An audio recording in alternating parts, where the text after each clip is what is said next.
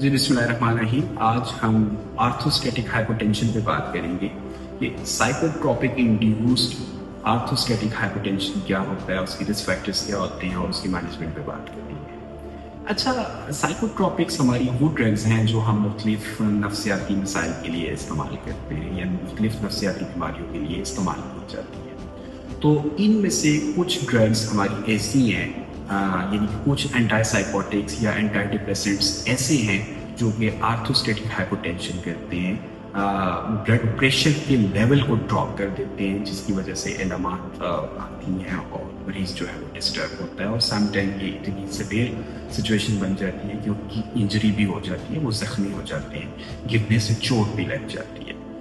तो पहले मैं नॉर्मल प्रोसेस पे बात करूंगा कि जब हम लेट के उठते हैं तो हमारा जो ब्लड फ्लो है वो बॉडी के लोअर पार्ट की तरफ वो मूव करता है और लेग्स में या एब्डोमेन में वो एकम्युलेट होता है और विद इन सेकेंड हमारा सिंपैथेटिक नर्वस सिस्टम जो है वो एक्टिवेट होता है और ये हमारा जो ब्लड का जो फ्लो है ये ऊपर हार्ट की तरफ और ब्रेन की तरफ जाता है। तो इसलिए लोगों को डिजीनेस फील नहीं होती और कोई कॉम्प्लिकेशंस भी नहीं होती है।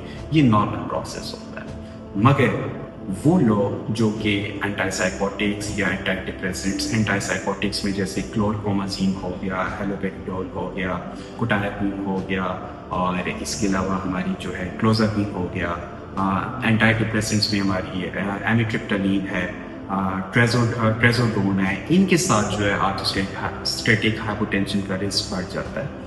जब आप ये दवाई देते हैं तो ब्लड स्ट्रीम में एक रिसेप्टर होता है जिसे अल्फा-1 रिसेप्टर कहते हैं, ये उसे ब्लॉक कर देती है। उसके ब्लॉक होने की वजह से हमारे जो बॉडी का लोअर पार्ट होता है उसकी जो वेसल्स होती हैं उनकी कंस्ट्रिक्शन नहीं होती, वो रिलैक्स हो जाती है। जब वो रिलैक्स होती हैं तो ब्लड का फ्लो ऊपर वापस नहीं जाता हार्ट की तरफ और ब्रेन की तरफ। इस वजह से आर्थोस्टैटिक हाइपोटेंशन डेवलप होता है और उसकी सिम्टम्स भी आते हैं। सिम्टम्स में लाइट हेडेड होगा, हल्का सर महसूस करेंगे वो और डिजीनेस जिनके चक्कर आएंगे उन्हें, और उसके अलावा जो है वो कुछ लोगों में इंजरी का रिस्क भी हो जाता है, गिरते हैं चोट लग जाती है, विजुअल प्रॉब्लम कुछ लोगों में होता है।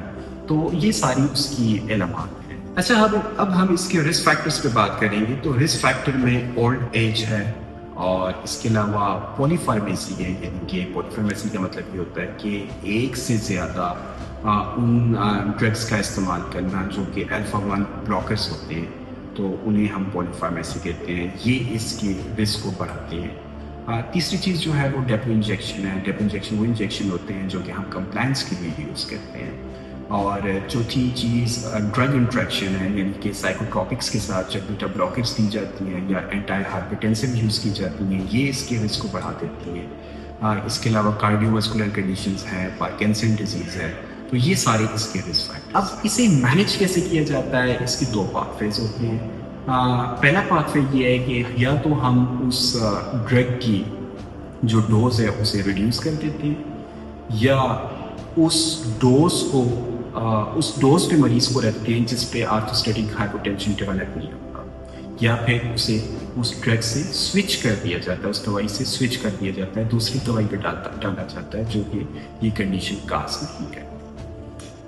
इसके अलावा ये है कि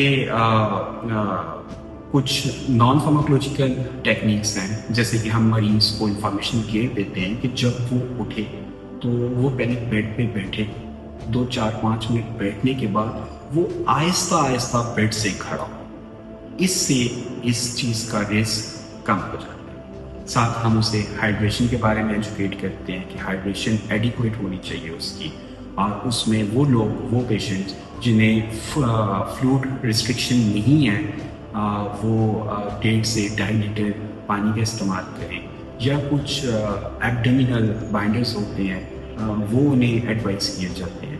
अगर फिर भी ना हो तो फिर वो लोग के जो एंटी डिप्रेसेंट लेते हैं और उसकी वजह से ये आर्थोस्टैटिक हाइपोटेंशन डेवलप होता है, तो उन्हें सोडियम क्लोराइड सप्लीमेंट्स प्रिस्क्राइब किए जाते हैं।